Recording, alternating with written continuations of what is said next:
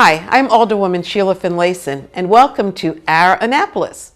We have with us today Ms. Elvia Thompson with Green Drinks. Green Drinks is a program that's been around for the city for some time, and I thought, let's share with the community what it's really all about, because I know there are wonderful things going on.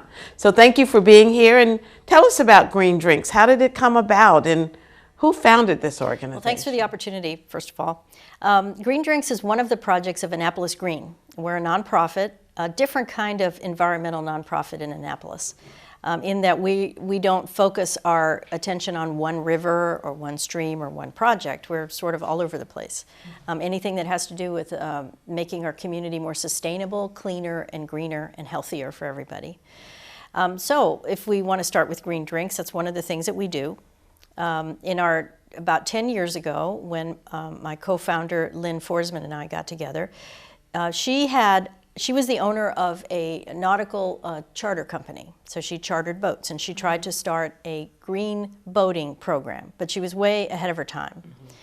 And so since that wasn't working so well, somebody told her about this program that actually started in England called Green Drinks. And it's international. There are somewhere between 600 and 800 chapters all around the world.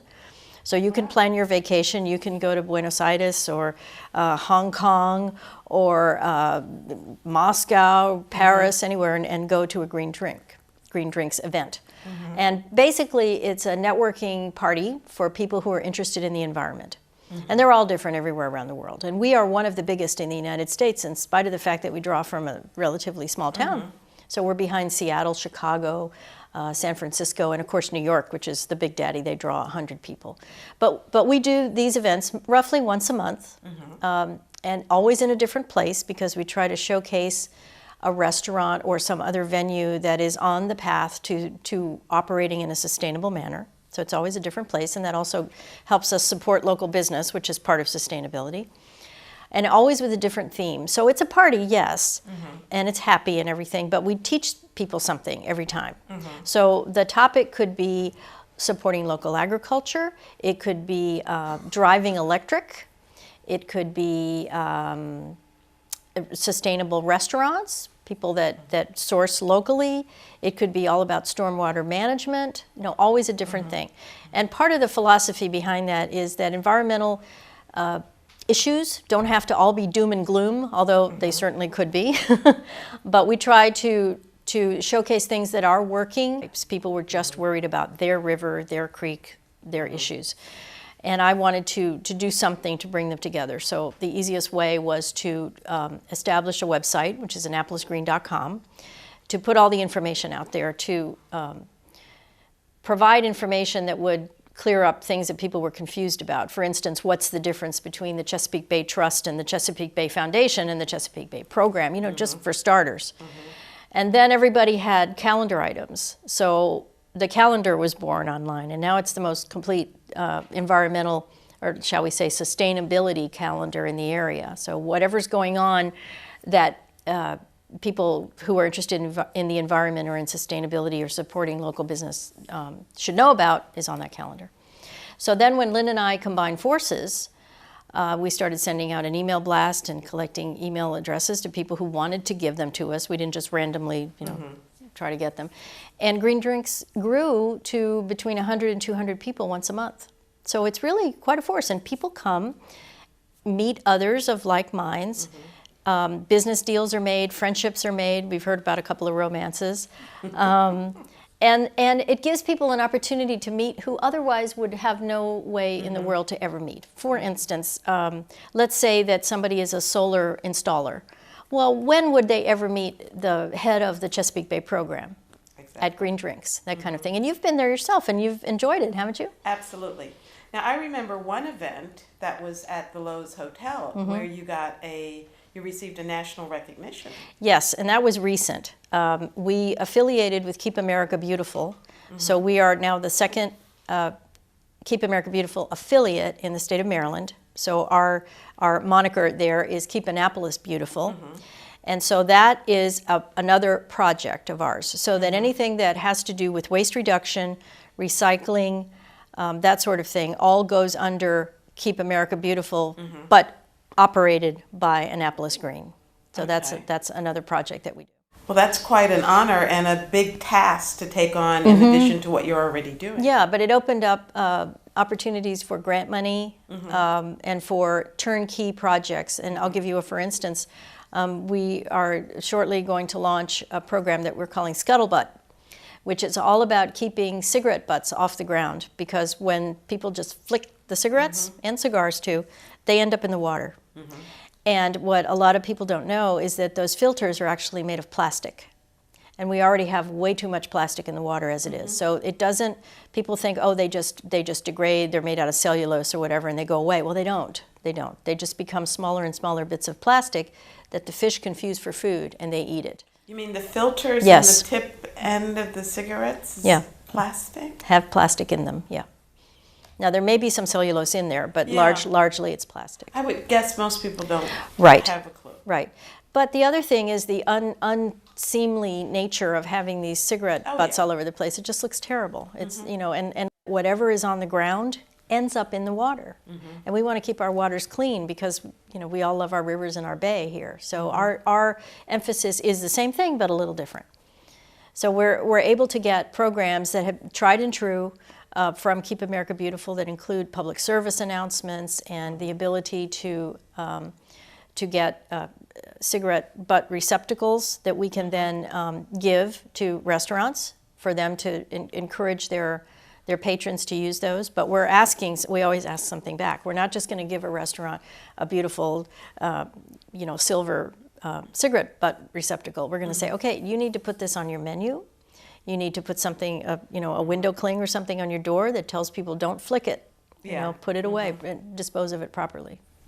I remember vaguely Keep America Beautiful coming into the schools. In the 60s, teaching, yeah. Yes, and I'm not that old. Obviously, I am. I am. But I am too. But teaching young people how to be concerned about their environment and to not litter. Right. Well, there's a direct correlation between a place that looks clean and taken care of and the economic value of that place.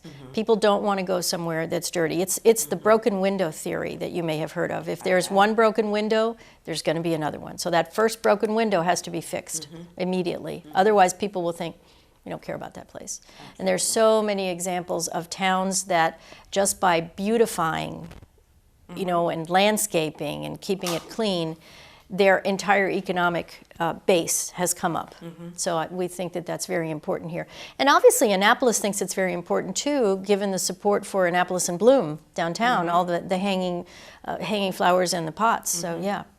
And people acknowledge our beautiful flowers. They come from far away, as you know, and there's always a picture somewhere in their album with the flowers on Main Street or on the bridge or whatever. And we worked with the city to raise money for that, to bring awareness that it's not tax money. There is, I believe there's some city money in there, but we did at a couple of our Green Drinks events. One at Homestead Gardens, which is the company that actually brings the flowers and takes care of them. We did have a fundraiser for the flowers there. And I was lucky enough to work on some of the graphics. So that's another project that kind of falls under Keep America Beautiful too. So it's beautification, litter reduction, waste reduction in general, and recycling. You have another program, REF? We do.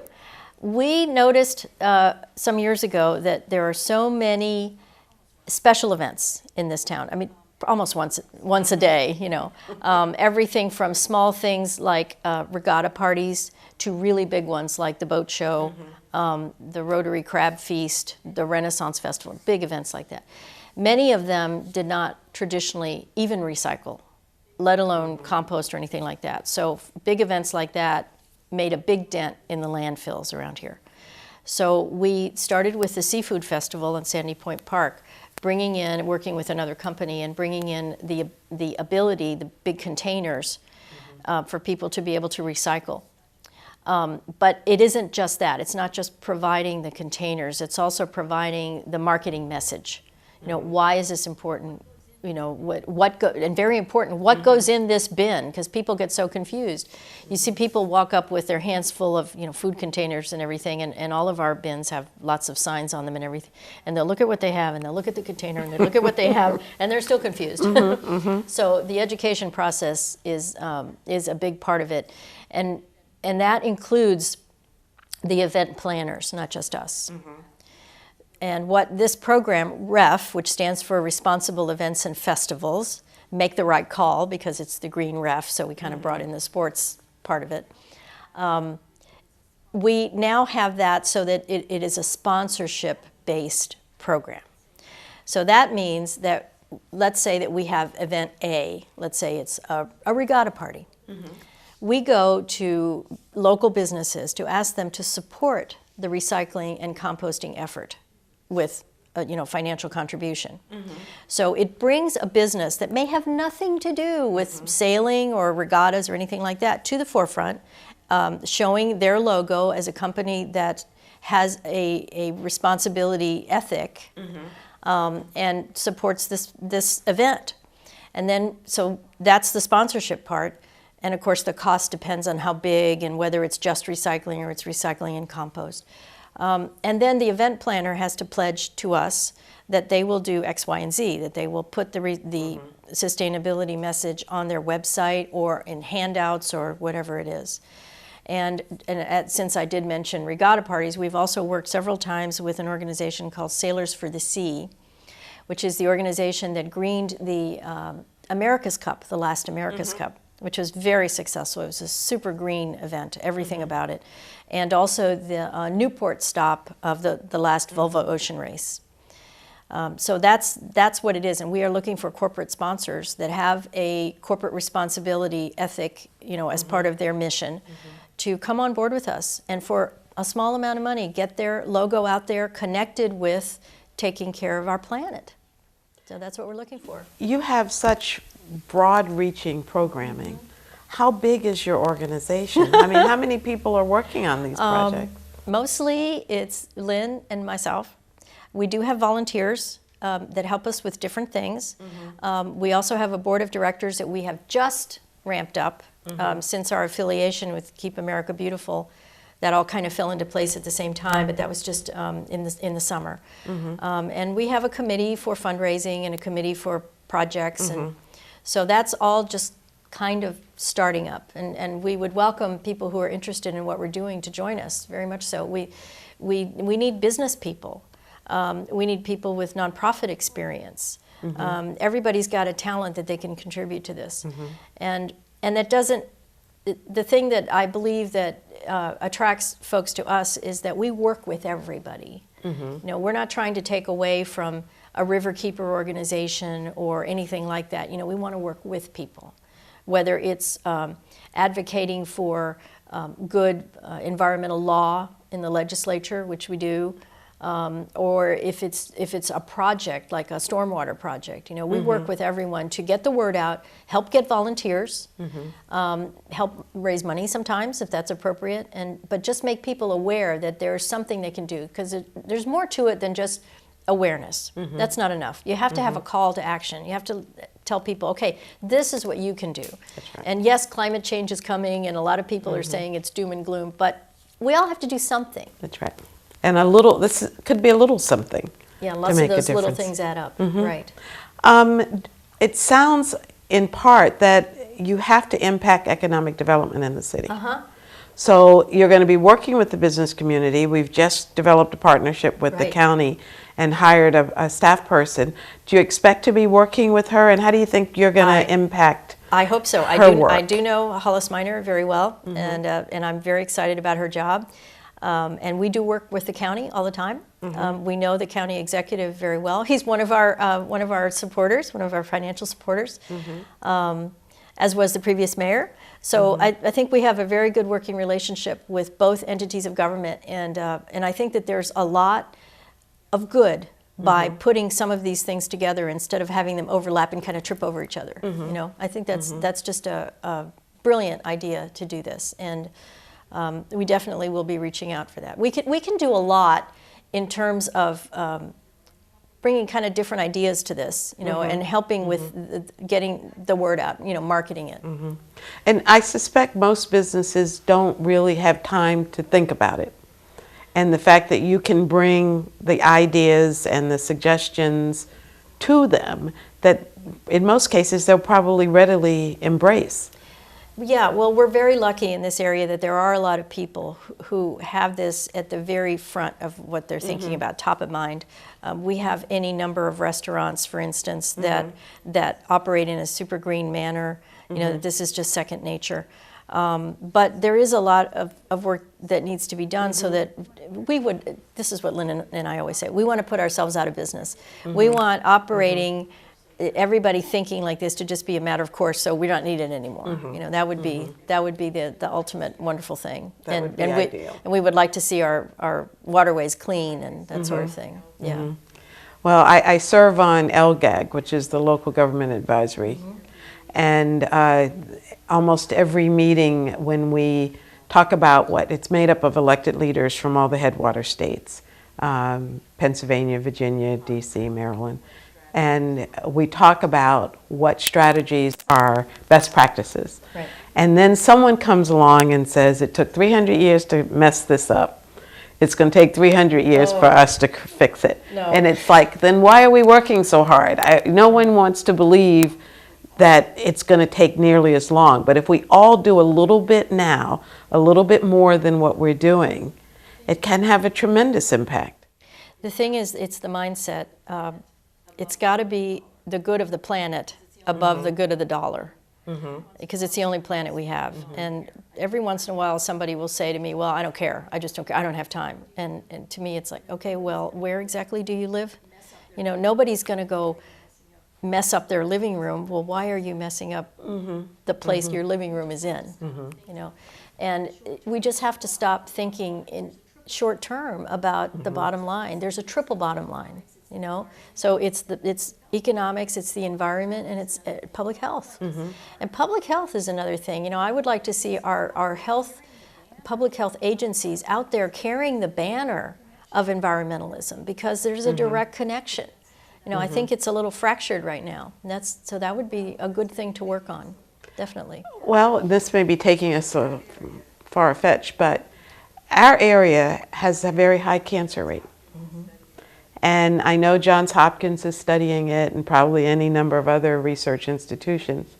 I have a nagging feeling that it has much to do with the environment and as much to do with the waterways. Yeah, actually, it has to do also with what's called the air shed. We all know what the watershed is, but it's the air shed. So our air comes from the Midwest, from the industry that still remains in the Rust Belt states. That all comes in this direction. And in fact, a lot of the pollutants that are deposited on our waters come from the air, nitrogen in particular. So scientists would probably say they don't have enough proof to say that, but it just kind of makes sense. Our air looks great, except on a day when it's really humid and all that, but that's water vapor. Our air looks good, but it's not good. It's not. So these are the things that need to be taken care of. And one way is for people to drive electric. Yes, you have a program with electric cars? We do. I'm a member of the Electric Car Association, the local one. And yes, and I drive an all-electric car. Now, really? I have friends who are cynical who say, oh, look at that, your car's powered by coal because our power plants are largely powered by coal. Well, yeah, that may be true today. But the state is requiring that more and more clean power, and the president is requiring that more and more clean power be purchased by the utilities. So I have no qualms about that. I think it's great. At the back of my car, I don't have a tailpipe. That's interesting. Yeah. Coal has cleaned up, though. Not so much. I thought, and maybe that's less of it being used. Yeah, and I thought the coal-producing plants, not coal-producing plants, but where they, after they get it out of the earth, whatever they have to do with it, that they were cleaning up their acts. So there's not as much release into the airways from... Well, there may be some, but it's still the burning of fossil fuels, and that's the whole problem. That's what's causing climate change. And even if we stopped burning all fossil fuels right now, the carbon that's in the atmosphere now is still harmful. So we've got to stop this as soon as possible. Otherwise, we're going to have tropical diseases in this area because it's going to be so hot. I mean, everything's going to change. The ecology is going to change. So that's, people say, well, the scientists are alarmists. No, they're not. They're just looking at the reality of it. Yeah, They're scientists. Nobody's got any other reason to bring this up. There's no other purpose other than to warn people that the clock is at 11:59. I have to ask about composting. You mentioned it several times, and I'll be very honest with you. I do recycle, and I keep my cheat sheet close to make sure I know what I'm putting in the right. But composting is going to be hard. Well, composting is something that can be done if you have a yard. It's not difficult. You have to be very patient, though, when you do home-level composting. When we collect compost at special events, we work with a company called Veteran Compost, the only licensed composting farm in this area. And they collect so much from local restaurants, from hospitals, other big institutions, and our events, that they can do the composting on an industrial scale. So they have piles that are 30 feet high, and they turn them with tractors, and they pump air into them, so they break down in 2 months. So that is how we could collect 26,000 pounds of crabs, corn cobs, watermelon rinds, plus the dishes, the spoons, the forks, and all that from the Rotary Crab Feast that was held this summer. Because that farm has the capability to turn all that into dirt in 2 months. You can't do that at home. You can't put in bones and shells and all that kind of thing at home because it would take 100 years for it to break down. But on an industrial scale like that, you can. So if the city decided to do even a pilot project, where people would collect all their food scraps and put it in a special container that's closed so that dogs and everything can't get into it. I mean, it takes some doing. It would keep so much out of the landfill. It would just be terrific. I have to say, I went to Annapolis Royal a number of years ago. That was a sister city in Canada. And every house compost. And I had an opportunity to look inside. I saw a snake in my backyard 2 years ago, and I haven't spent 10 minutes in my backyard since. So he was there before you were. And you know what? He can have it because it's not my yard anymore. It's his. And he was only this big, but he could have been. So the thought of having something, you said keep it out of clothes from dogs and raccoons and all those, that just frightens me. I guess the worms do too. When they but come. the worms are great composters. Oh, they're worms. But vermiculture is a terrific way to compost, especially as a project for kids, because you can just have a plastic bin. Doesn't have to be higher than this, with some little holes, poked into it so they can get some air. You rip up some newspaper, and then you put in your scraps. The grape you didn't want to eat, the tomato that was bruised, whatever. It's not smelly. It's not leaky, it's just fine. Just worms. They don't care. They don't want light. They just want some air and something to eat. Well, I'm going to have to grow up a bit more for that one, I can tell you. I know what your Christmas present's going to be. Oh, no.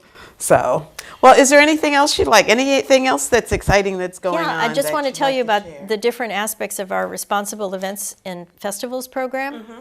We have one for waterside events, which we actually started with the Annapolis Boat Show, and that was such a success that the boat show folks bought their own recycling and trash bins. So they're launched. They're on their own.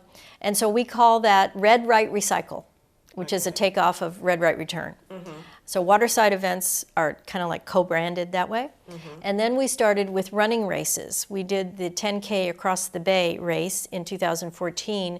We brought composting and recycling to that, and a message about, okay, you runners, maybe, I think it was 10,000 runners, many of you are from out of state even, from far away, but as you're running over the Bay Bridge and you're looking down at this bay, this is what you're looking at. So we supported also the 10K Across the Bay's cup-free racing. So at many long-distance races at the water stops, they have little Dixie cups that they hand to the runners. Well, that makes an incredible mess. because the runners drink it down, toss it on the ground, and off they go. And yeah, the race staff comes and picks it up, but there's always something left, So a lot of races now are going cup-free. And we were able to help with that by providing for sale these little silicone pouches that the runners could fill up at these very fast pouring stations. That we were working with a gentleman who invented that, a Naval Academy grad actually. And so these little silicone pouches filled up very fast. They drink it down and then they just put it on their belts because it weighed nothing. And it kept everything clean. There were no cups anywhere. It was just great. So they reuse them?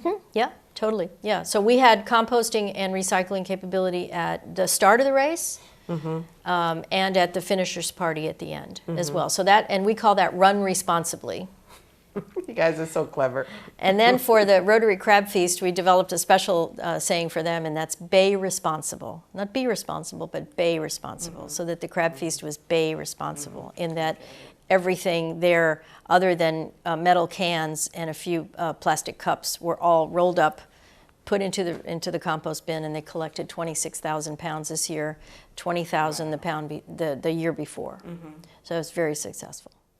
Awesome. And again, it's just you and Lynn and your volunteers. And we also have a radio program once a week on WNAV on Wednesdays at 6 o'clock. Kind of like Green Drinks. It's always something different. We interview people and we just get the word out about what's going on. And it's every week on Wednesday at 6? Yeah. Every week on Wednesday? Every week, just about. We've stopped a couple times for vacation, and also we seem to get preempted by the Orioles. Imagine that. I can't imagine why that is. Do you have sponsorship type programs? We do. Yeah, we're happy to take any donations. Of course, it's tax deductible. But we do have a program that's called the Founding 100. So we're looking for 100 people who can donate $1,000 to keep our programs going. We're up to 41 Founding 100 sponsors so far. And that's separate from our sponsorship program for specific events. So this is kind of seed money to kind of keep us going, to pay for printing and our email blast account, all that sort of thing. And we do take advertising on our emails as well. So if residents wanted to reach out to you, how would they get to you? AnnapolisGreen.com. AnnapolisGreen.com. Right, our email address is on there and everything, and we have about 3,500 people on our email list. We don't give that list to anybody. We don't sell it or give it away. And we don't email all that often, once a week or less, so they're not bombarded, but there's a lot of news packed into our little email newsletter. Well, I read it religiously, so I can Thank attest you. to that. So if anyone is interested, they can go to the website to green.com. AnnapolisGreen.com. AnnapolisGreen.com to connect. And I suspect there's a link if they want to contribute, they want to volunteer, or just to learn about all of your activities. It's all there. Yep. Excellent. Well, thank you very much for sharing, and you guys are doing an awesome job. Well, thanks for the opportunity. We appreciate it. We love this town. We love this county. And we just want to do our bit, and bring everybody else along with us. And we'll work on putting you two out of business. Okay. Absolutely. All right. And I'll work on getting you to like worms. Good luck with that. Thank you. And so this is Alderwoman Finlayson signing off. Till next time.